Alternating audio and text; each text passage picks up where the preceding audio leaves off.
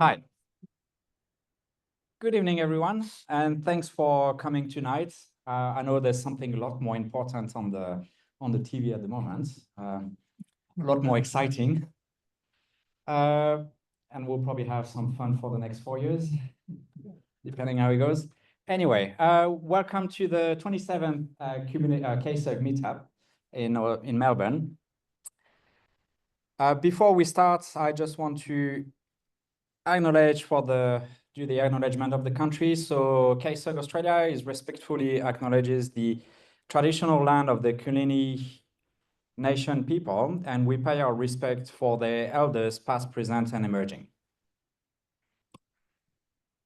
So it's a small group tonight, but if you want to take some pictures and share this with us, we will then share it with everyone on Meetup. So yeah, if you have any other pictures if you see any other pictures, do not delete them, please. But yeah, if you want to scan the QR code, that will give you access to the Dropbox. I mean, not the Dropbox, but the box where you can drop your pictures.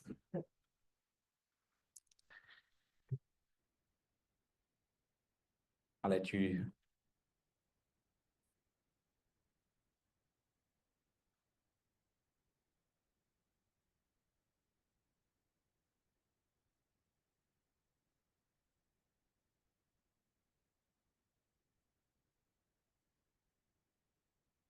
Okay, so tonight we have two speakers, and so the agenda is going to be as followed.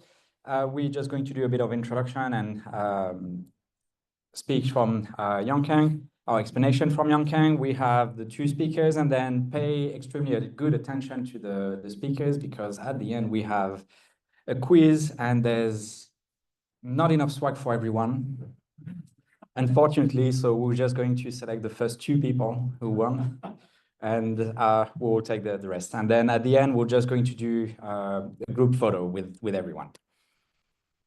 So the KSUG mission is, we are passionate about Kubernetes, and our mission is to accelerate the Kubernetes adoption and especially the learning of Kubernetes. And so we do this by learning from each other and sharing our best practices. So that's what triggered the creation of the KSUG. The KSUG will not be able to run without a couple of volunteers. We have quite a few of them today also.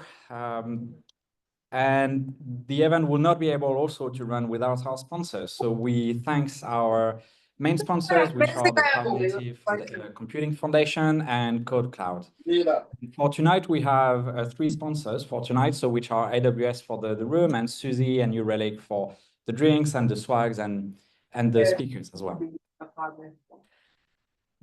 KSUG is now global, so we started in September 2022 with KSUG. We launched in April 2023 KSUG Australia in Melbourne, then Canada.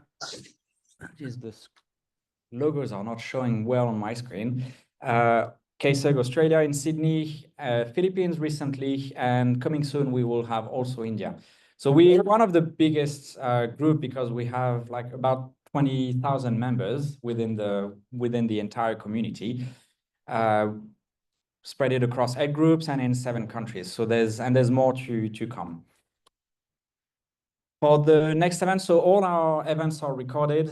You can find them online. And if you want to watch them, or if you have any events and some of the speakers you're interested in, you can join online and watch the presentation. So that's the future events. The next one will be run over here, but that's kind of organized by AWS. So we'll just like co-host it with AWS. It's a training on EKS.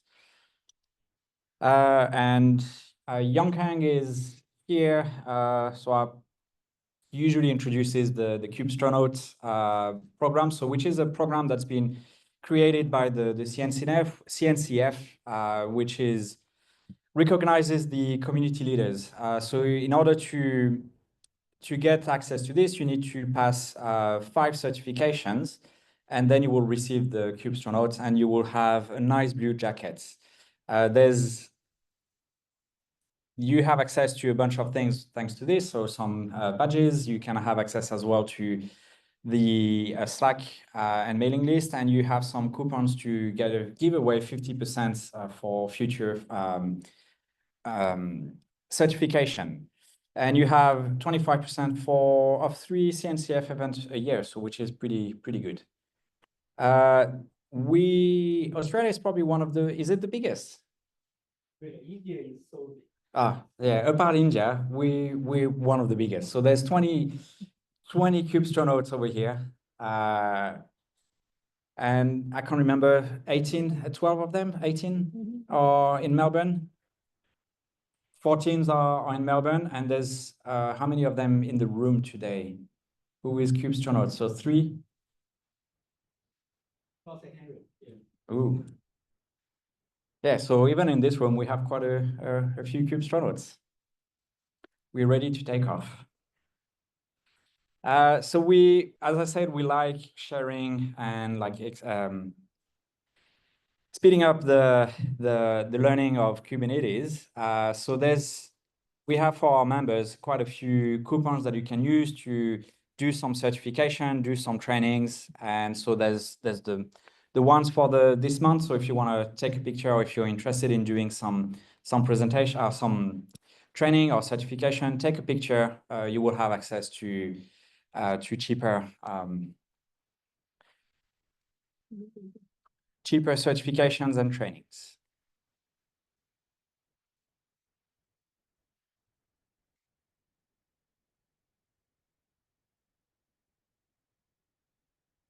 And we also have a 50% off for the container security workshop. So if you use this coupon, which is pretty good. So out of the £3,000, so it's not dollars, it's pounds. So multiply this by 2, you get 50% off, which is pretty good. Cool. And I'm just going to introduce Yonkang for the awesome astronauts, or the AWS astronauts. Please welcome Yonkang. Thanks again. My name is Yonkang. I'm deeply involved to helping the community. That's my passion. So that's where I started 2 years ago. I set up the group. Okay. So I'm one of the very first. Actually, they didn't tell me. They said you're one of the first three. I said, what the first one? They didn't tell me. And then I claimed myself as the first one. Did you finish the exam early than the other 3? Did I? Did you finish the exam earlier than the other 3? I'm pretty sure I'm the first one. They never told me. I say, if you're not telling me, I'm the first one, I will say I'm the first one. Okay. Anyway, so far, you can see globally, we already have like 800 Kubestronauts. So to encourage more people get certified on Kubernetes. So, and right now you can get the blue jacket like this. So the photo actually was me. So my photo was featured at the Linux Foundation to helping them to promote this program. So we talk about Kubestronaut for the Kubernetes certification community.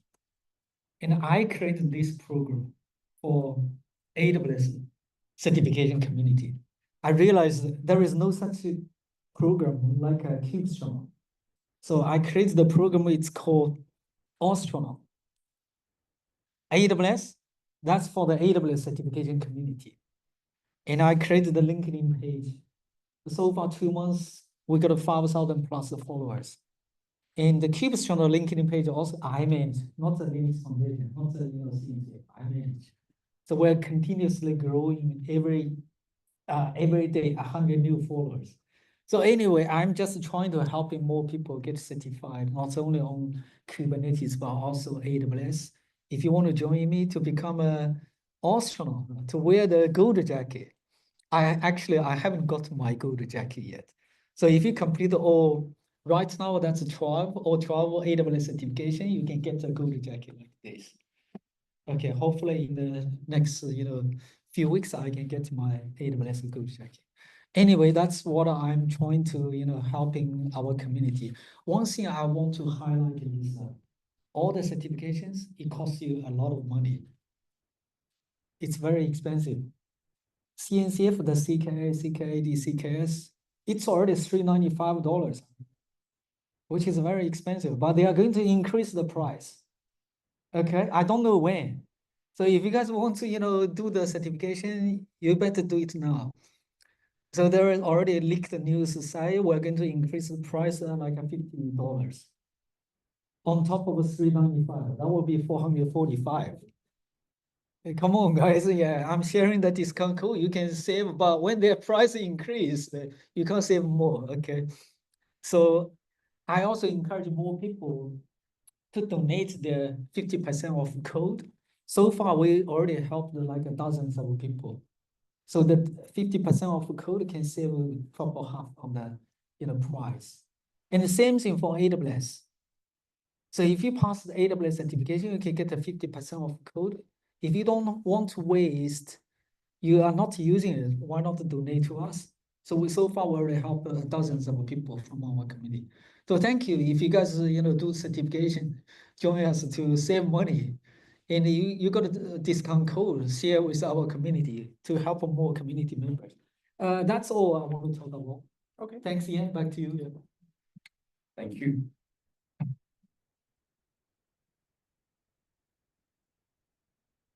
Okay, so we can't run without three things: speakers, volunteers, and sponsors. I think we're pretty good with the volunteers, but if you have any topics you want to talk about on Kubernetes, please sign up on the speaker form and trying to we encourage the community to speak and to present things. So you don't need to be an expert in your fields. You probably, depending where you are in your journey, feel free to come and just speak about some of the things you discovered or you're learning that will help the community. Not everyone is an expert in the room, so everyone will get something.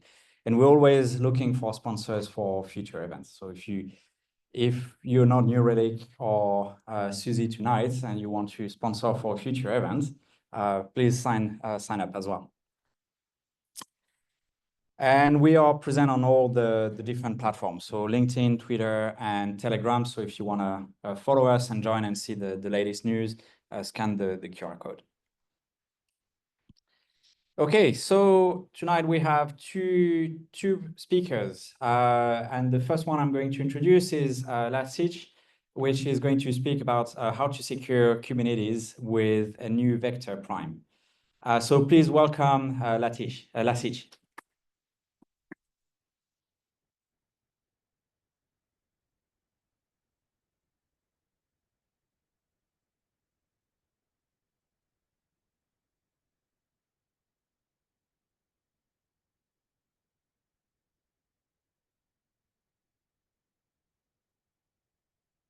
You're on Zoom as well. Yes. Cool. You good? All right. And do I need to switch on the audio? Yeah. Switch on the audio.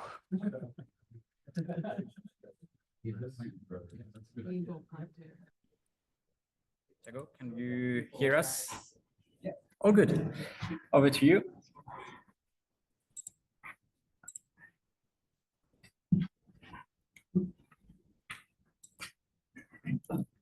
Okay.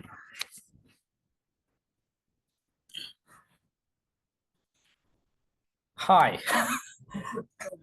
All right, this is the panic moment. Do I need to use a mic or you all can hear me very well? Okay, cool. So great. I'm Lasit, part of Solution Architects team at SUSE.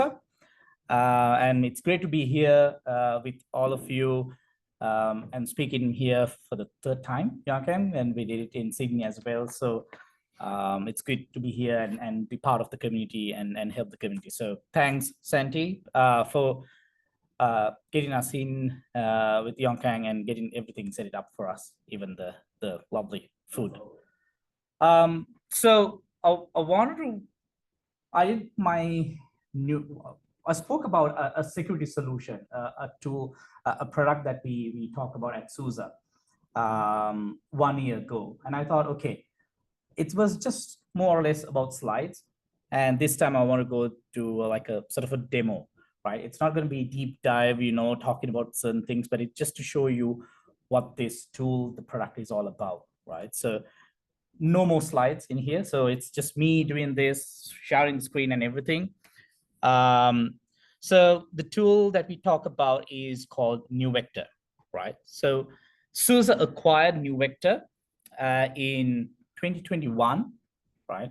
We didn't want to build it up all by ourselves. We bought a tool, and it helps us to gain that momentum and have the visibility around the container space, around the security, right? So, and we made it open source, right? So anyone who's listening, and the reason I'm bringing it because it's open source, so anyone who wants to play around, they can play around. Certain things, yes, you might have to do with an enterprise arrangement with SUSE, but more or less the functionality is available. You can play it anywhere you have a Kubernetes cluster UI. So NuVector provides, just to give a quick introduction, NuVector provides you the full container lifecycle management on the security side, right? And it brings that the integration with our Rancher platform. So if anyone who is not aware of Rancher, anyone? All right, cool. All right, great. So Sandy, we have all the people knows about Rancher. So like NuVector, we acquired Rancher as well. We made it open. It was already open source. We continued that as it is, as what we do at SUSE. And what we did was we sort of integrated NuVector into Rancher Prime. So Rancher Prime is what we call the enterprise solution, right? It gives you the support and little bits and features around that.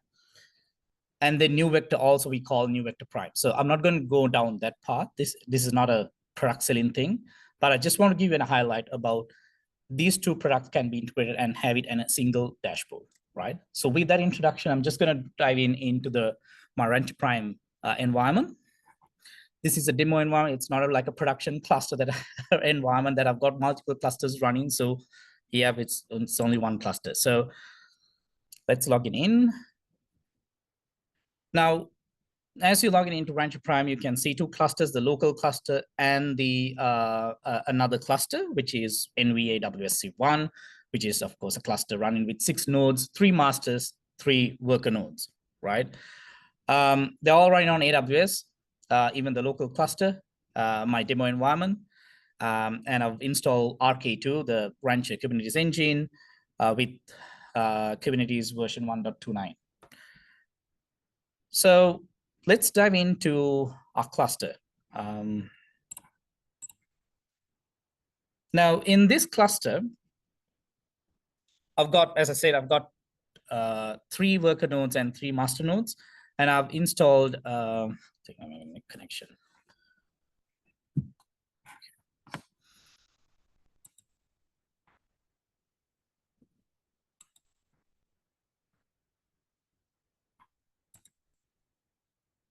Yeah, right. So in here, I've got a couple of things. I've got demo applications running here, WordPress, we've got Rancher demo application and Hello World, various applications. Consider that these are your applications in your environment, right? And I've already got NuVector and Longhorn. NuVector provides the container security, which I'm going to show you about. And I've got Longhorn, which is the persistent volume storage, right? So I've got both included in the cluster. Now, as I said, previously, when you install NuVector on a Rancher environment, on Rancher platform, right? So you would probably have to click into it gives you a link that it takes you into a different window and gives you have to navigate. But with the Rancher Prime extension and NuVector extension, it gives you the whole dashboard in the same single pane of glass, right? Gives you the visibility of what your security posture is in your cluster. If you want to go through the compliances, I haven't done any compliance in this cluster, so you can do the compliance. Any security events that you want to look at, you can look at the security events in here and the vulnerabilities, right? Now I want to jump into NuVector quickly.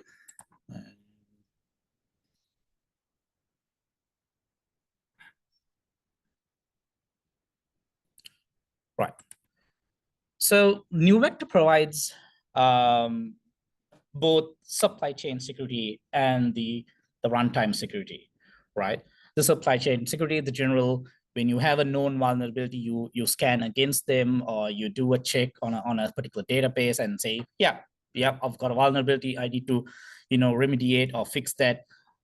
Those are the traditional things that you would do, right? NeuVector brings something extra, which is the runtime security, where it monitors as soon as you deploy an application, and when you have enabled what we call the discovery mode, it'll start learning the behavior of your application, right? Once you feel that, you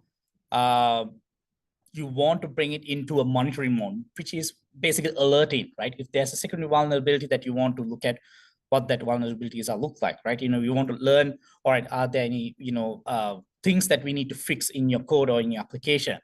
The monitor mode will give you the alerting option. And the third step, the third mode is what we call the protect mode, right? The protect mode will give you the, lets the application work as it is, right? If your application is meant to work in a certain way, right, without accessibility, you don't want people to go into your pods and doing certain things into your pod, right?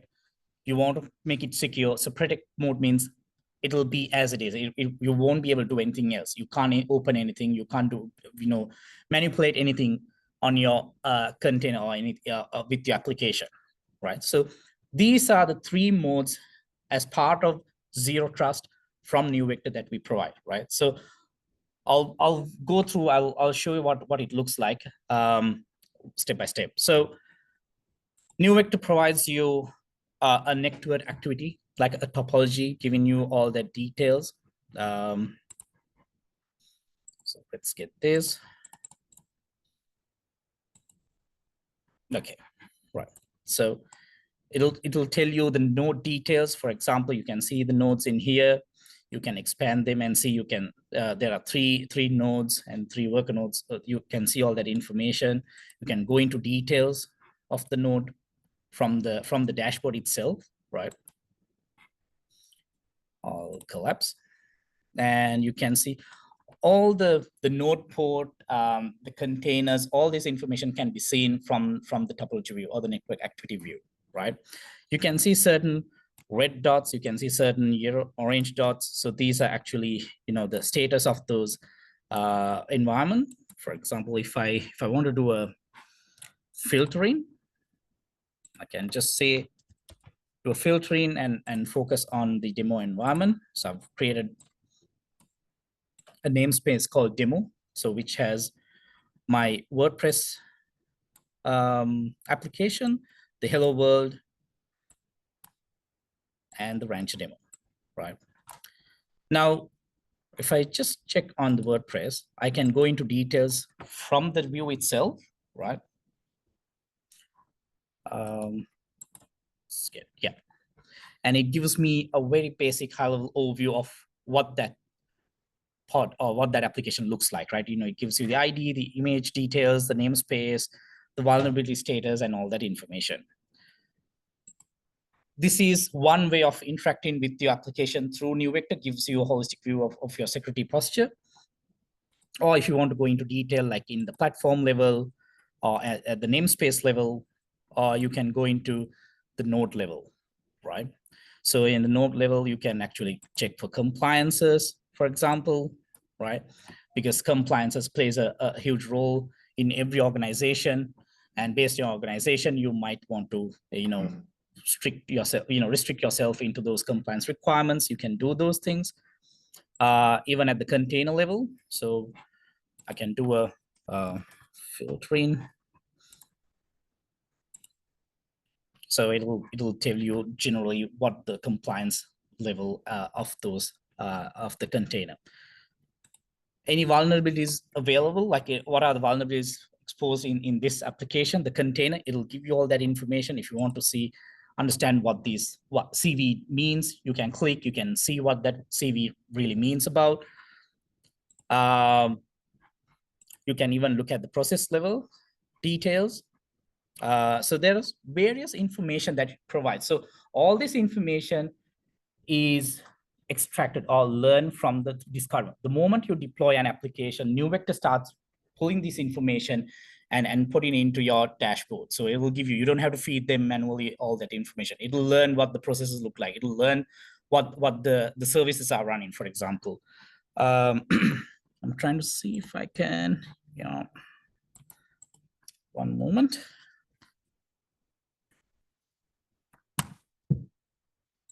Okay, so if I go into,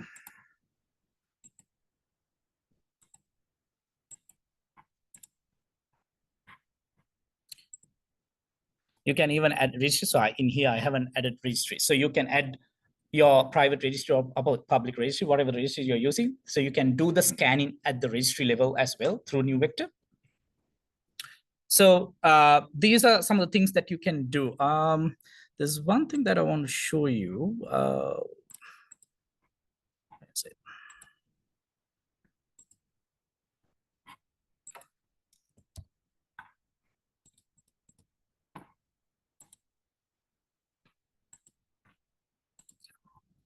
All right. So the network rules, right?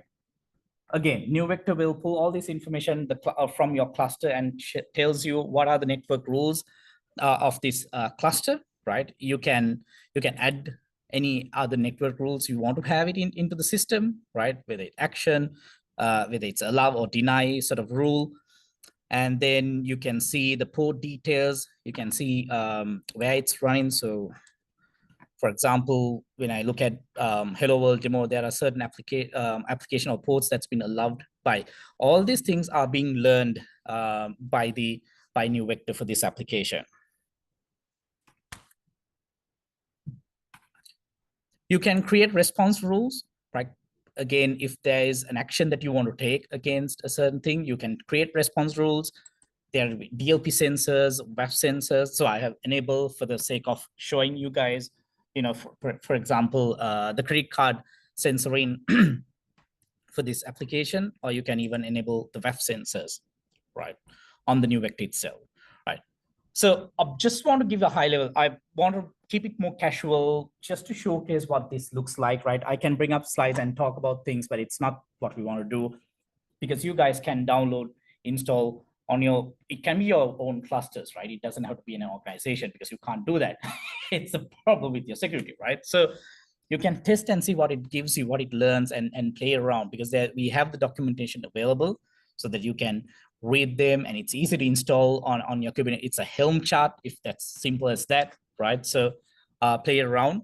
One other thing that I want to show you, the last thing I want to show you is the protect mode, right? So I spoke about the discovery mode, which is about learning, and then the monitoring mode of alerting. So all the alerts, the notification that you saw on the rancher level, right? Security events. This is extracted from, sorry, okay, I jumped into the other one. Extracted from notifications in here, right? So this will list out all your security events, right? So if you go here, you will see what it looks like. It's a warning, a container related to a process, whether you want to make it as a rule. You can even extract all your settings as security as a code, so that you can use it in your future clusters, whatever that you're going to deploy in the future. You can do that as well through NeuVector. Yeah, so if I go back into my network view, moment. Yeah, okay, so we'll take the WordPress and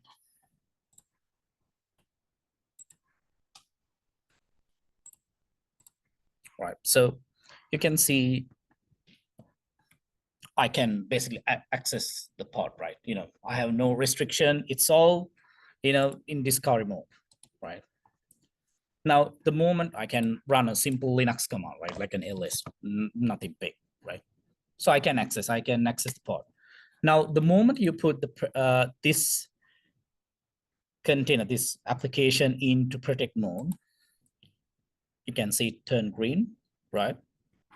And you can see the access being denied. So now it will operate. The WordPress will function as it is, So if you have a question, oh, maybe it's not working. So let's see. It's functioning, right? But now I can't access the pod. So likewise, this is a very simple demonstration about this, the security that you can bring through NeuVector. There are various things you can do, applying the rules and make it more secure and all that. So I hope it made sense, like a general overview what NeuVector looks like to you guys. As I said, didn't want to be like a deep dive, product selling thing, but it's more of, hey, this is free, open source. You can play it with and learn more about, and maybe you can even contribute for our community, right? We have a community, you can contribute into our community as well, right? So that's it, simple. Thank you guys listening to me. And if you have good questions, we'll talk to you guys at the back after the session. Yeah.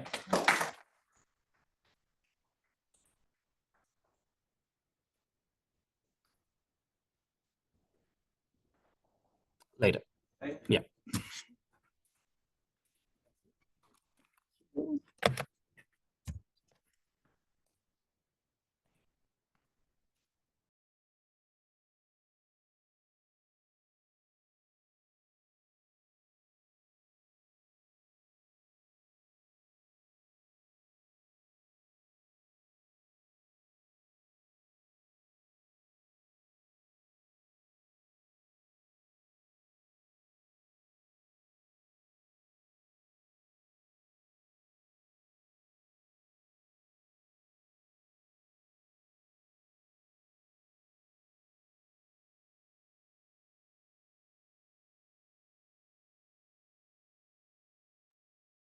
Can you hear us? Cool. And plug the.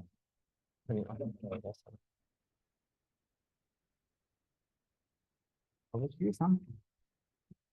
Awesome. Let's wait for that to load. So, well, we don't want that, do we? Yeah, that'll do. Hello, everyone. Oh, that's a really bad start. Before I start, thank you very much. First of all, I just wanted to add on to the group. So the whole Kubernauts and getting your Kubernetes certifications, I just want to add to that because the exams aren't just like multiple choice questions, right? It's actually you getting into a cluster. There's specific scenarios that you'll go through, and it's actually a proactive exam. So you get a free retry, you get 2 practice exams, and the practice exams are actually you going into a cluster and doing stuff. And some people actually think that those practice exams are actually harder, but it's actually a really good test to do. So if you're ever interested, highly recommend. I'm not a Kubestronaut, but give me a Christmas break and I'll go for a jacket or 2. Awesome. So today I am doing a presentation about introduction to K8s monitoring. So for context, my manager, before I started at New Relic, so I'm about 7-8 weeks into New Relic, my manager decided to basically throw me here, basically put me forward to do the presentation. And the reason he did that is because I've got a lot of experience with it. So I've done a lot of Kubernetes from my time at Microsoft, worked with a lot of customers across Australia and New Zealand. And like, I'm happy that he did it, but also the timing, he didn't really give me much time to get prepared. And so as part of that, I actually made a mistake with my presentation. So it wasn't meant to be an introduction to Kubernetes monitoring. It was actually meant to be observability. And so I wanted to turn that into a talk, because why does that matter? So I'm Sam, Senior Solution Consultant at New Relic, but this presentation kind of has nothing to do with New Relic to some degree. I will touch on my personal experience using New Relic. So I've used it myself in various organizations, but I'm not here to sell anything. Really, if you want to come talk to me about how to do this in New Relic afterwards, I'm more than open to having the conversation. Awesome. Perfect. So about me, really, as I said, I've come from Microsoft. So I worked with a lot of customers around Australia and New Zealand, doing a lot of assessments, workshops. I've worked with Redmond to build out some of the Microsoft training content that that Microsoft delivers. And I've been using Kubernetes since about 2017, back when there was no cloud offering, EKS, AKS, and yeah, learned a bit with it. And I have deployed it across everything except Google officially. So I have to crack that over Christmas as well. But if you want to connect, there's the LinkedIn. If you want to send me a message afterwards, feel free. I'm always open to talking about these types of things. Perfect. So as I alluded to, I made a mistake. And so I'm going to change the title of the presentation to Introduction to Kubernetes Observability with New Relic. And that's essentially the big difference, monitoring versus observability. And I want to touch on that in the context of Kubernetes as part of this talk. Ooh, let's get rid of that if that's on the screen. Yay.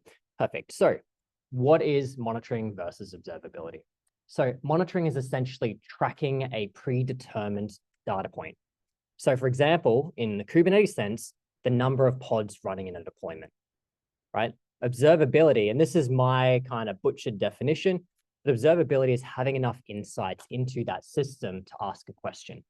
So instead of saying the count of pods running, why isn't my container running? You have the data that allows you to ask the questions to figure out things you weren't aware of.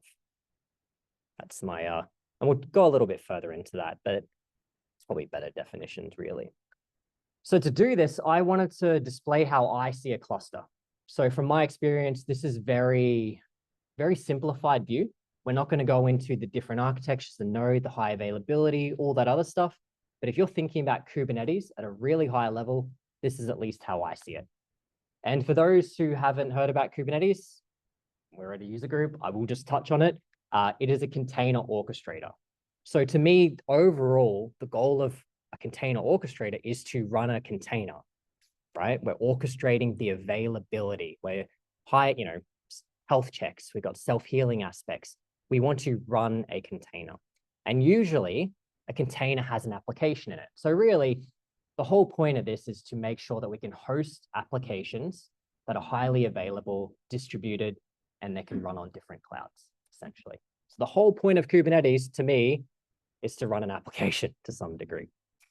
Now, going up from the bottom, I just want to touch on the different layers that I see, and then I want to put that in the context of observability and monitoring.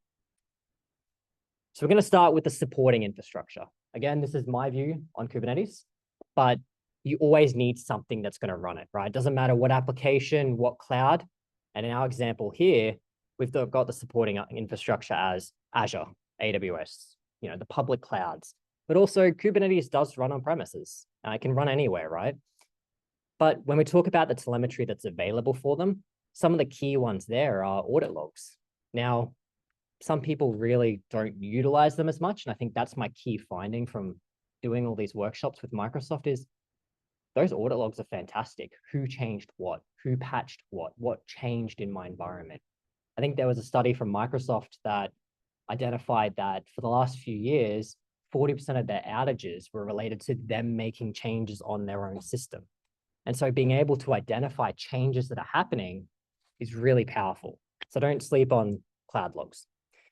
The other ones are the cloud health. AWS and Microsoft all have outages. It's not very frequent, but there are outages, and you need to be aware of when those events are happening. Is there a service impacted currently? Maintenance events, even though they are PaaS services, there still is maintenance happening from that provider. It's great to be aware of them. And both AWS, I really should talk about Google more, but all of the cloud providers have that information available to you in some form. And finally, quotas and limits. So it's not as prominent now as when the cloud first started, but there is a limit in some accounts for CPU, memory, how many services you can spin up. It might be a soft limit or a hard limit, but there are limits in the cloud for certain accounts. And you need to be aware if you've hit those limits. Moving up, so the next one is control plane. So this is a Kubernetes specific term. And essentially, this is just talking about all of the pieces that make up Kubernetes, the bit that can do the orchestration, the way that it does the health checks, how it controls what's running in the cluster. Everything that happens in Kubernetes essentially comes into the Kube API. So these are the different components. I won't go through everything, but similar to the cloud audit logs, I always think people sleep on the Kubernetes audit logs, right? Being able to understand the CRUD operations, so create, read, update, delete. Who is doing what in my cluster? Did someone from a CI/CD perspective deploy a container? Did someone go in and change one of my networking, my services? I had a really big customer when I was at Microsoft who had a 5-hour outage, a well-known brand, everyone in this room would be aware. And the issue was that someone changed a label on a pod, and it took down their entire site, and they had no idea what happened. Would have been very evident if you checked the audit log. So I'm a big advocate for changes and capturing that and visualizing that. Perfect. So another one I just want to point out here is a scheduler. So the schedule is really important because it can determine where to schedule those containers. So it figures out the availability in the cluster and it understands where you can run something. That's important for later on. We then have events. So events are really important in Kubernetes as well. This is basically what is happening. I started a container on this node. I passed or failed this health check. It's really important context from the orchestrator level, because that's essentially all Kubernetes is to some degree. It's a container orchestrator. So the events are what happened at the orchestration level. Lovely, moving up. So now we have nodes. So nodes could be virtual machines. They could be your laptop. They can be any compute that is connected back to the cluster that allows you to run the containers on. There's some conditions there, and that's a very high level definition. But when we're looking at what's available at that level, we've got operating system. You've got the services that are running on it. Is Docker or Containerd available? Is the kubelet running? So really high level, the kubelet for the most part is an agent that connects back to the control plane to say, I'm available. Am I ready? Can I run containers right now? What is my status? Right? So I need to be able to know what is happening with that. If that service can't start, it can't become available. You can't run your containers. So every piece here is very important, and we need to have it all functioning for our end goal, which is to run our application. Perfect. The other one is the node metrics, CPU memory utilization, what is happening on that node. And nearly at the top, so we have workloads. So workloads is a specific way to refer to any way to run the container. So in Kubernetes, you don't run a container directly, you run a container through a pod. So a pod is the smallest form of workload in Kubernetes. And so these workloads, essentially there's different types that have different use cases and really different ways to run them. One of the most common one for me that I've seen is deployments. Deployments are really good for stateless applications, essentially. So in here, we're looking at the pod. So the pod is where the container is running, and we're going to be looking at the logs there. What is happening at that container level? How much CPU and memory is it using? If you go over your memory limit, you will get an out of memory error and you will be restarted. So understanding what's happening is really important. We also have health checks. So did I pass my health check? Kubernetes is known for being self-healing. It's all based on, am I passing my health check? Am I being constantly monitored? If it fails, it'll be restarted. So you really want to understand what is happening with those health checks. Now, right up to the top, I've got some asterisks here. Some of this information is natively available. If you want to bring in an open source tool, Prometheus, there's other tools. Tools like New Relic also help to provide insight into this level. But there is, in my opinion, a native gap where if you want to understand what is happening with the application inside of that container, did it start up? Golden signals, if anyone's heard of them, their latency, throughput, error, and saturation. It's essentially just the core core vitals that Google has kind of determined based on their SRE handbook, so Site Reliability Engineering. They determined that in their experience, they recommend these 4 metrics to monitor. And you don't natively get that with a vanilla Kubernetes deployment. You need to do something. So that's the kind of call to action. And not to harp on changes, but you can also track changes. So if you deploy another version or you update the deployment object, it creates another container. That's a change. If you add a variable, if you change that configuration, you really want to know what's happening. And finally, did the container start? You've got applications inside the container. There could be a million reasons why.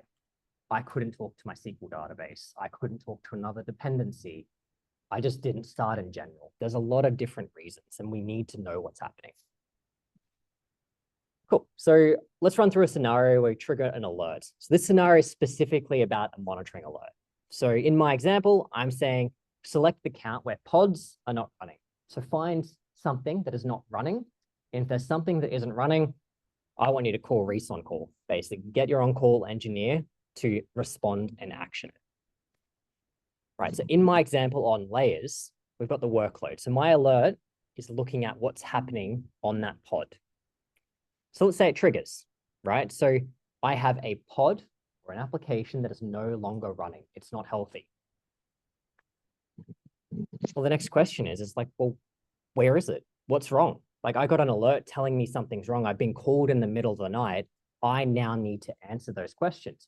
Why am I being woken up and what is happening at this level? So we're going to walk through from top down now, and we're actually going to start looking at some of those questions related to observability, right? Well, are there any issues with the application? Is it having an issue talking to a dependency? Is it not running anymore? Is there a networking problem, right? There could be an issue outside of your cluster that you need to investigate. Did someone change something? Again, 40% of issues for Microsoft are change. Probably more than that with the work I do. But essentially, you want to know, did something change at that app level? Well, hey, are the health checks passing? If the health checks aren't passing, I can't receive traffic. So I need to know, is something happening? Are there any issues connecting to that registry? So I have the container is based on an image.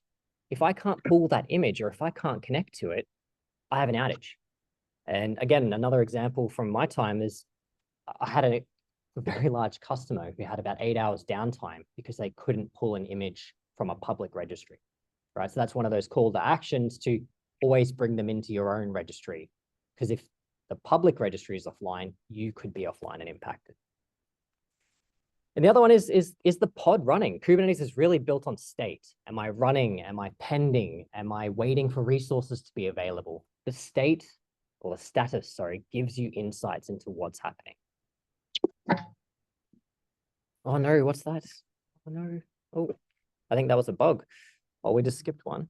But looking at the node level, are the nodes ready, right? So I mentioned before that the kubelet connects back to the API server and it says, I'm ready to run containers. Well, are they ready? Did one of them just go offline? Do I have enough resources available, right? All the nodes do, all the virtual machines do is they allow you to run containers. If there's not enough capacity, they can't run the container. And the control plane, well, can I currently schedule a pod to run, right? If I can't schedule it, there's no resourcing available, then my pods won't run. They'll just sit there in the pending state. And if I was only focused on the status of the pod, I might miss the other context. You have to ask the questions with the context of knowing the different levels, essentially. Cool. And again, were there any changes made? And are there any events that are happening currently? You know, is there an auto-scaling event? Are we just having an issue with our container because we're waiting for it to scale? Did one of the nodes just go offline, right? Context.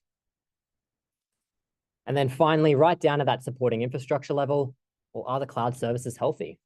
You know, are there any known issues in the cloud right now? Did we hit a quota, right? As I alluded to earlier, if you have hit a CPU quota or a VM quota, they still exist. That can have an impact on your cluster. You may not think about it because you're troubleshooting Kubernetes. You got an alert right up here saying, I'm not running. Why is it related to this down here, right? It's all about the context and having it aligned for you to build and start asking those questions. Perfect. So root cause analysis. In my fictitious example, I'm going to walk through what actually happened, right? So I got my on-call. I've logged in. I've started looking at it. I've determined that a pod is stuck in the pending state, right? That's what's triggered my alert. It wasn't running. Cool. So I start moving down the level. Well, when I look at the nodes, I see that there's no more capacity. I can't run anything else. There's no available resourcing. All of the capacity on my nodes, all the VMs have been allocated. So I can't run anything. And because there's no capacity, that means the pod's sitting in pending. because I can't schedule it because there's no more resources.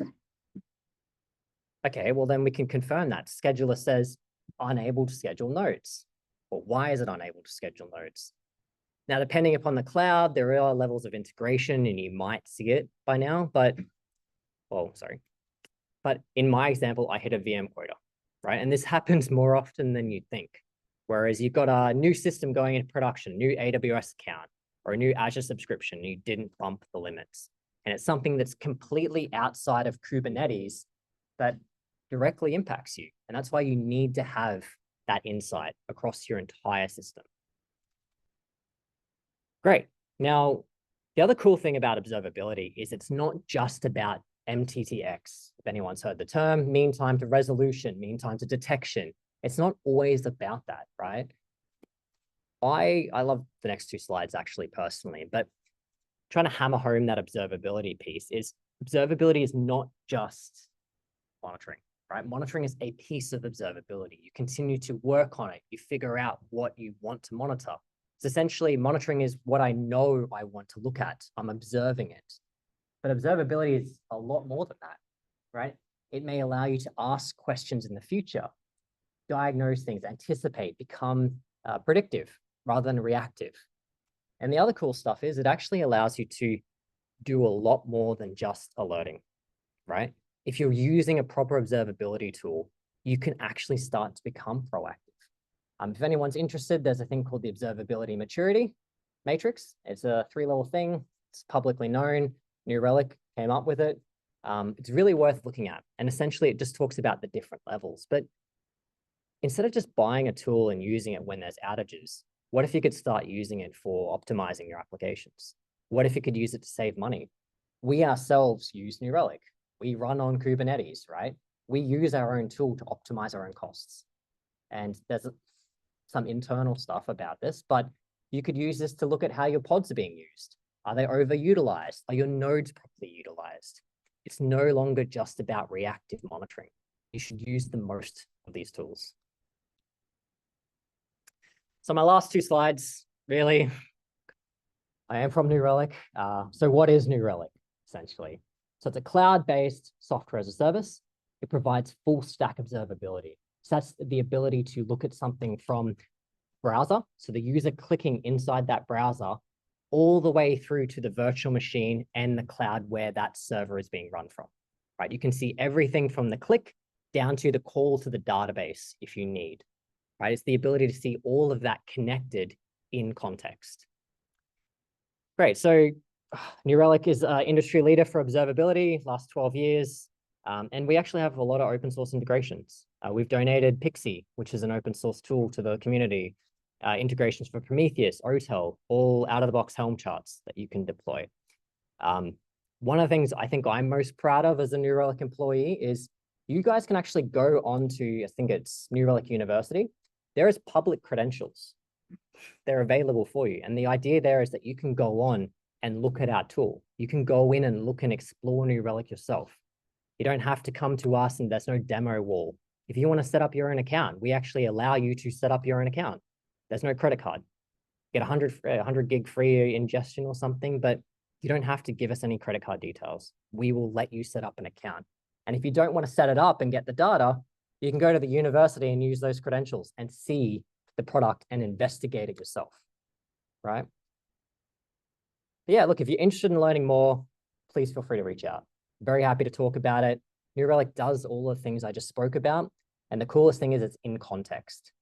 You know, I found when I was managing a lot of clusters that infrastructure, developer silos, Kubernetes, well, New Relic actually allows you to look at the application level and then also provides the context of what's happening at the Kubernetes level. So the developers and the people troubleshooting stuff actually have context on what is happening in the same view. Wonderful. I will change of pace a little bit. Yeah, and does anyone have any questions? Anything anyone wants to know? I can too. Over? Oh yeah. Yeah, I'm sorry that I skipped I haven't used Rancher either. Sorry. Yeah. Sorry? No green gecko. This is mine. I am lost up here. I like claim. Sorry. Yeah. Perfect. All good. You don't have to ask a question up front. Feel free to come grab me afterwards or reach out to me privately. But thank you very much.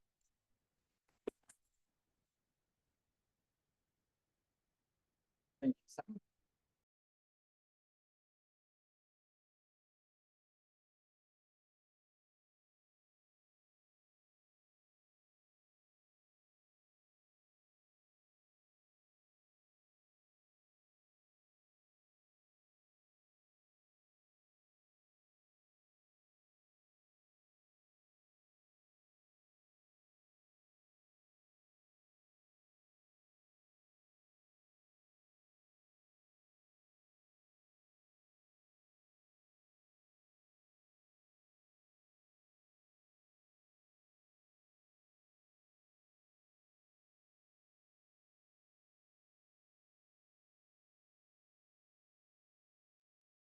And unmute myself. For those online, we have a beautiful big gecko. You will not be able to get this one, but there's a lot of online prices you can get. So we have a free pass for the KubeCon North America, which is what, at the end of the month? Next week? Well, you have a week. If you win the prize, you have a week to book a ticket and get there. We have 3 passes for the Code Cloud access, which give you 6-month access. 50% off for the KSUG, Kubernetes exams, and some of the swags we have here today. So how does it work? How do we do this? So you need to be online. So you need to get access to the Wi-Fi. So the code is Broken Wires at 2019. Why you need to be on the Wi-Fi? Latency is key. So you will be asked with a few questions, and if you're the fastest to answer the question and have the question right, you get at the top of the ladder. So I'll give you a few minutes to take this. So we have about 10 questions.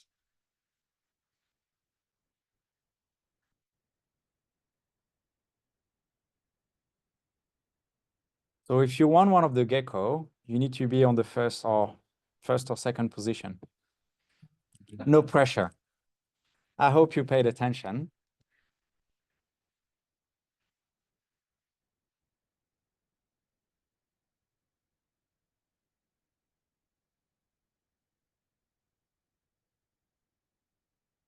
You are online? Cool. So before we start, if you want to take a few minutes to fill in a form, because we value your input and we always want to improve. So if you have suggestions or things you wanna tell us, feel free to sign on this and give us your feedback.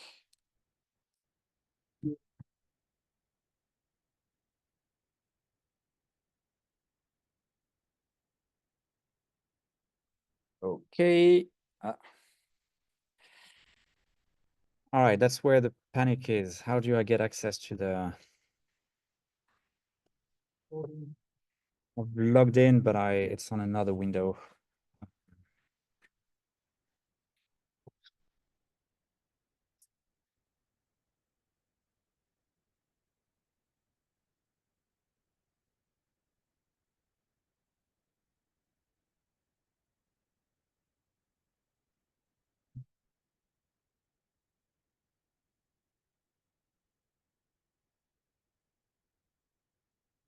Let's see if that works. Yeah, here we go. Okay.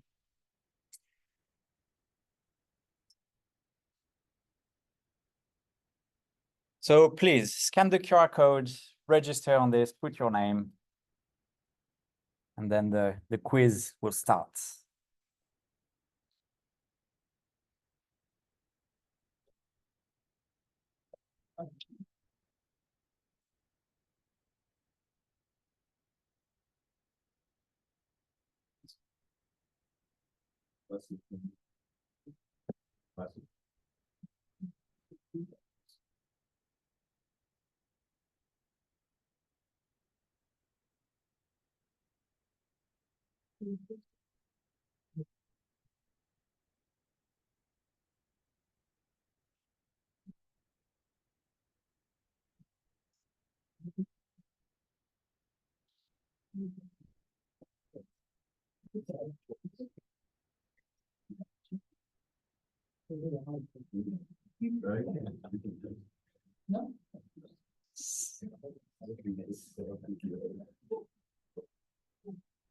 Are you all connected?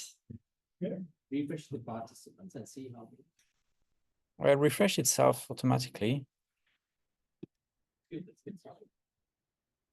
All good? That's 18.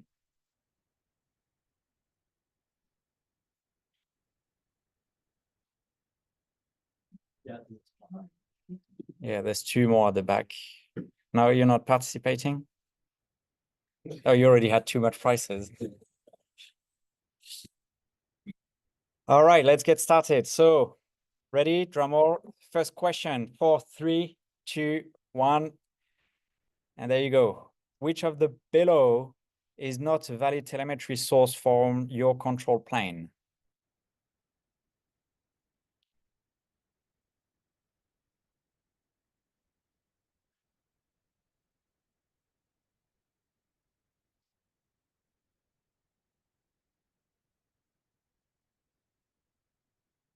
Good. Cool. So the correct answer was container logs. Yes, they are running on the container, not in the control plane. All right, next question.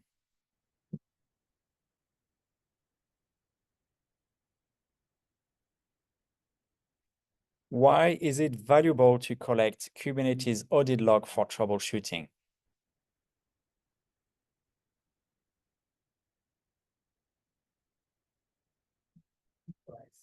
I'm so sorry, everyone. I didn't realize it was going to be a new format. I take no responsibility. It doesn't matter. Yeah, pretty much everyone got it right. So the correct answer was to quickly identify any changes. Cool. And we have Ross, not Reese, or Reese, not Ross. Don't worry. I had my old manager used to be called oh crap, I forgot. But they used to switch the names, and the other manager was called the other way around. So everyone, yeah, so they used to switch their name. Seb, not Sev, and the other was Sev, not Seb. I mean, it's Reese, not Ross. It's Yeah. totally different names. There's nothing alike. Yeah. except we look alike. Anyway, next question. I wonder if you're cheating. Not yet, but I will be. So with new Vector Prime extension on Rancher Prime, teams can manage both container management and security in a single pane of glass. Is that a question? I'm not sure. And the correct answer was yes. Sorry, probably gave it away.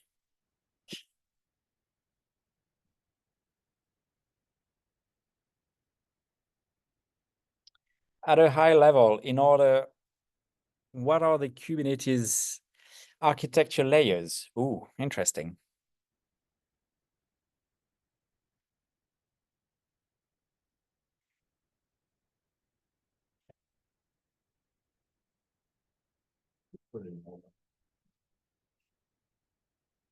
Ooh. Yeah, that's about right. You're still in the first place. Yeah, I told you, A is always the answer. I don't even think he's lying.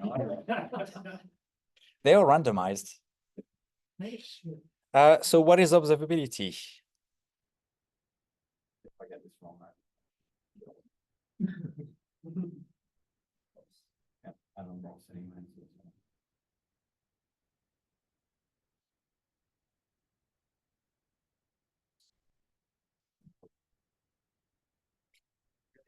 No.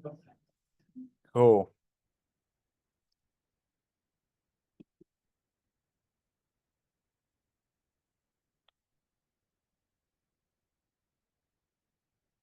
Which type of security does NeuVector primarily focus on providing?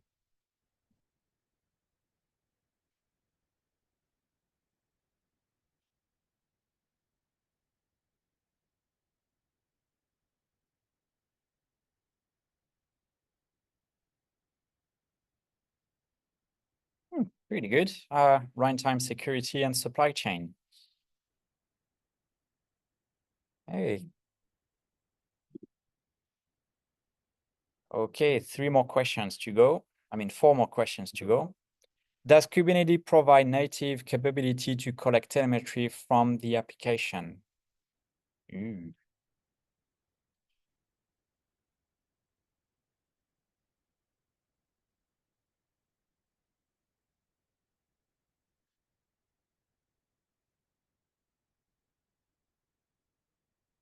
And the correct answer is no. You need to use something else. I mean, not natively.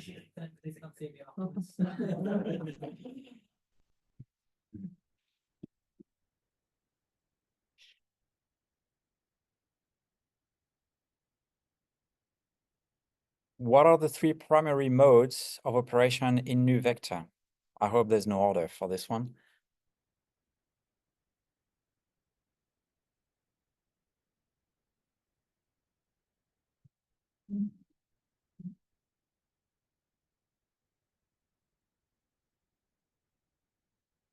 And the correct answer was to discover, monitor, and protect your application.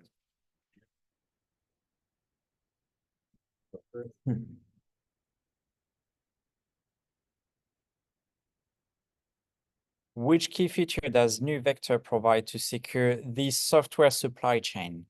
Ooh, hasn't been covered tonight.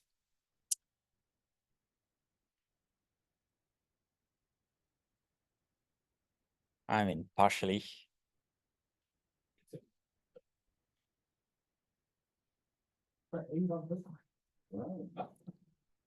Really good.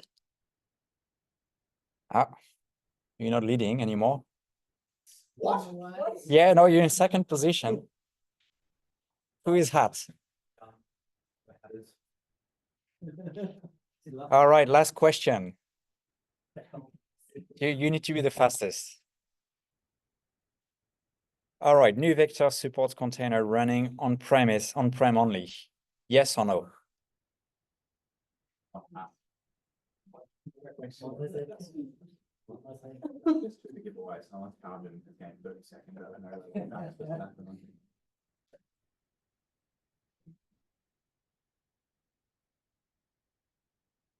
And the correct answer was false. Okay, so we are done with this. And let's have a look at the leaderboards.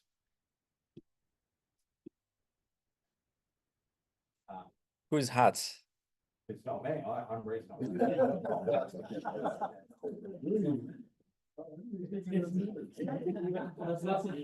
Yeah. So do you want a big one or a small one? Or you have enough at home?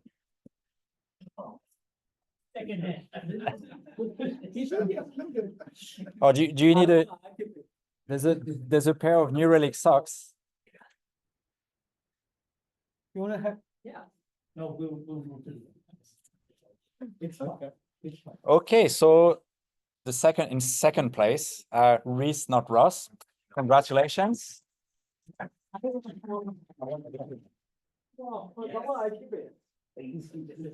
okay, take a photo. Yeah, of course, yeah, of course, yeah, absolutely. If you don't mind, we need you guys to help us to do a LinkedIn post. Yeah, of course, yeah, if I'm taking that home, I will, for sure. No, it's not me taking. Oh, it. okay. Yeah. Yeah, let me smile. Oh, you're welcome. I will use this. Perfect, thanks, guys. Thank Cheers. you. Thank you. Still have many prices as well, right? Yeah, we still have the other prices. It's not only the Green Gecko, but I think they are quite a higher price. Yeah, a valued price tonight. In 3rd place, Gajan. Where are you, Gajan?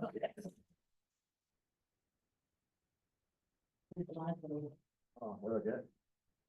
You have the choice. So we crap, I don't have the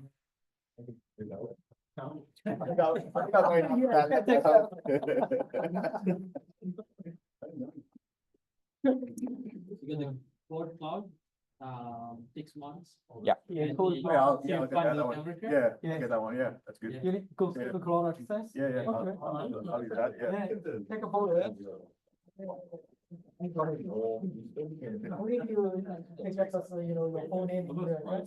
sure. Okay. Yeah. Yeah. You know, taking the North American part.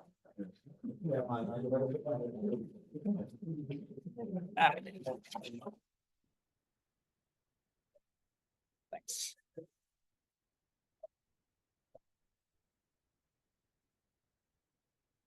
I think Rashendra. Yeah. Yeah, you like this one? I like to take this one. Yeah, of course, yeah. Yeah, nice one, yeah. Thanks for that. Critique. The problem. Yeah,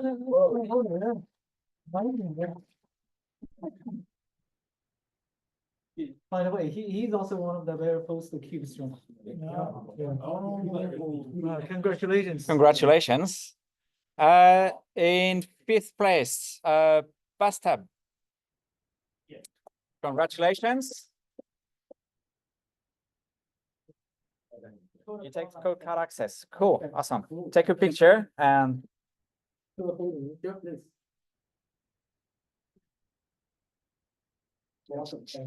Then make sure you get us your phone and email address. where's, yeah.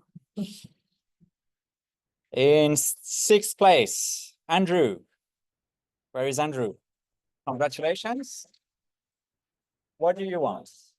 How long do the parents exam open last? So that one, basically, it will be end of this year will expire, but if you purchase now, you got 1 year to do the exam. Oh, okay. Just need to book it to Yeah, before end of this year, that's all. correct, okay. correct. Don't You need need to to sit make on a the purchase. Yeah, I'll grab that one then. Okay, awesome, yeah. We need to capture your full name and the email address, and then we will send you the code. Thank you.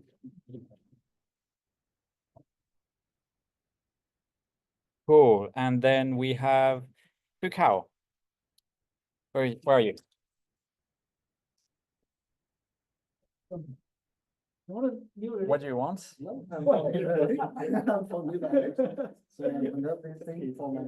yeah. The small one? We need you guys to help us to do LinkedIn post, okay?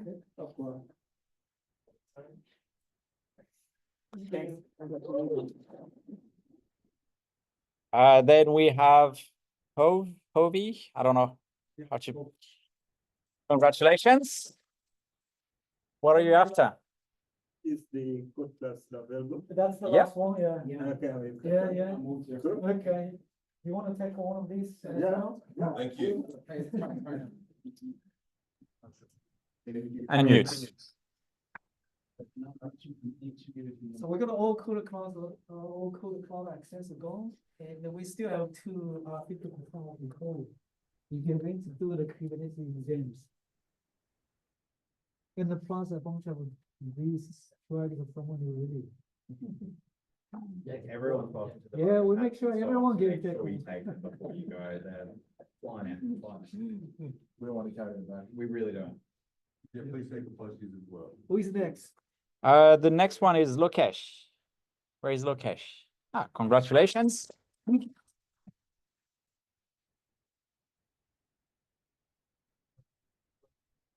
Awesome, yeah, that's one of the best, values, swag. Let's do a photo, yeah? Yeah, yeah, of course.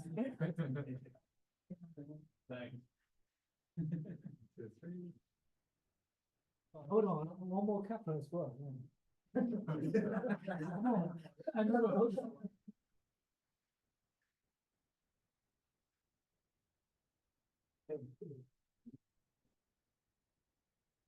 Then in 10th place, we have Thiago.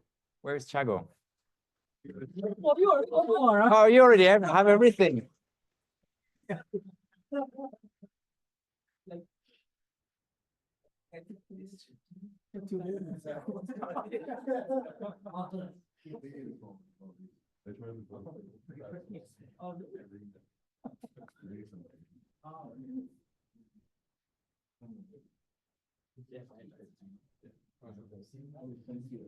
Congratulations. Yeah, yeah, group photo. Yeah, let's do a group photo. You guys don't mind? Yeah, group photos. And then feel free to take any one of the leftover swags, okay? Actually, you see the text one? Oh, yeah, good, yeah. Yeah, come on, guys. So feel free to grab any one of the swag. Online, we're turning off the feed. See you next time. I love it.